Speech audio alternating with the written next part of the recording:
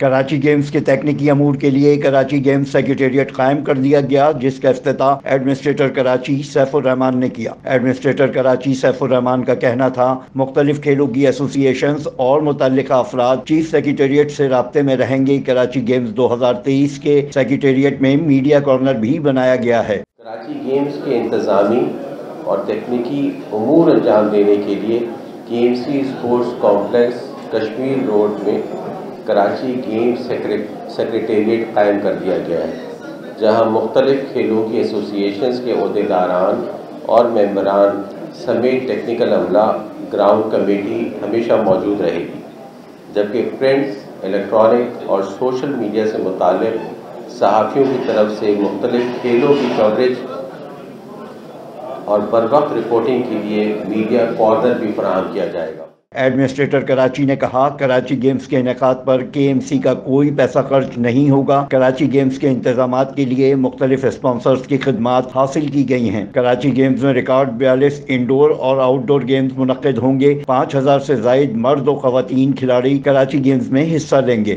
Games کے انعقاد پر بلدیہ عظمیٰ کراچی کا کوئی پیسہ خرچ نہیں ہو رہا، بلکہ اس کے لیے مختلف کھیلوں سے محبت کرنے والے ادارے، افراد بڑھ چڑھ کر حصہ لے رہے ہیں۔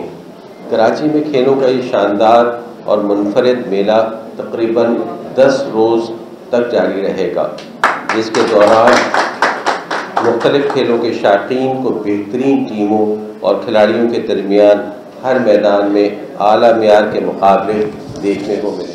ایڈمنسٹریٹر کراچی نے مزید کہا بلدیہ عظمیٰ کراچی کھیلوں کی سرگرمیوں کو فروغ دینے کے لیے ہر ممکن اقدام کر رہی ہے۔ شائقین زیادہ سے زیادہ تعداد میں کراچی گیمز کے مقابلے دیکھنے کے لیے آئیں اور ان گیمز کو کامیاب بنائیں۔ Afzal Khan, C110 news, Karachi.